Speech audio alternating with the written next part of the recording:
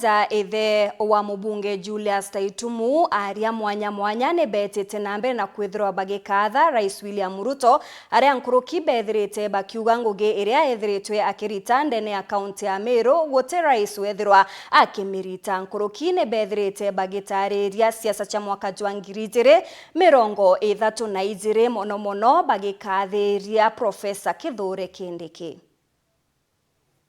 Ruto has ever lost. Hiyo miaka yote tako ingie mpaka sasa, he has never lost an election. Kirima thikone ojajaja ithe wa mubunge Julius Taitumu aria mwanya ibonekete gukatha bonene Rais William Ruto bakiuga Meru yonthe ni two term. Do you think Ruto is so foolish? At the end atakuwa one time aende nyumbani. Watu ayuyu mtu. You don't know, we don't know who you are dealing with. Kama alitushinda tukiwa kwa serikali, my friend, pangeni maendeleo kutoka 2028 mpaka 2032 mkiwa na yeye, because hiyo ingine ni kelele tunapiga a few months na hakuna president hajapigiwa kelele. Na wale ambao wanasema Your Excellency eti wewe ni one term, wasome historia ya Kenya. Hakuna rais ambaye amekuwa one term, hata wale ambao hawakuwa na bidii kama wewe. Kulikuwa na ugonjwa kidogo ya one term, lakini wakati huu tembea Meru mahali popote ni two term. Your Excellency, sisi hatuna mambo mingi, hatuna story mingi.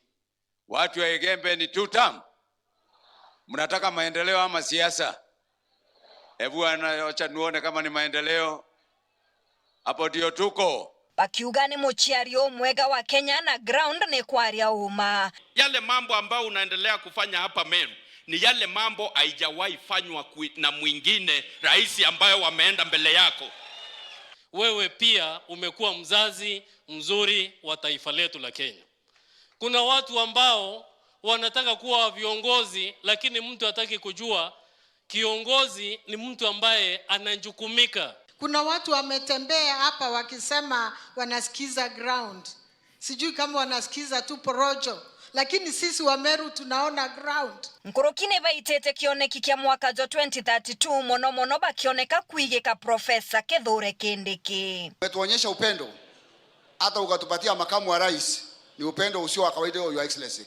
Tunasema kwamba Mheshimiwa Rais, wakati ndio huu ya kwamba usika wa Meru na mkono moja.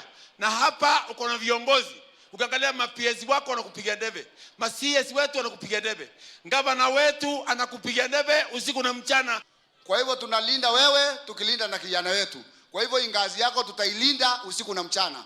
Nae 2032 ikifika, kwa sababu mimi naambianga watu wetu miaka 5 na miaka 10, ile mingi ni 10. Na kwa sababu tumefika sasa 5 ni kama inaisha, na unabakia 5 ingine. Ikifika 2032 na sisi tuko ndani ya Maureen Kinya, Wero Weekendi.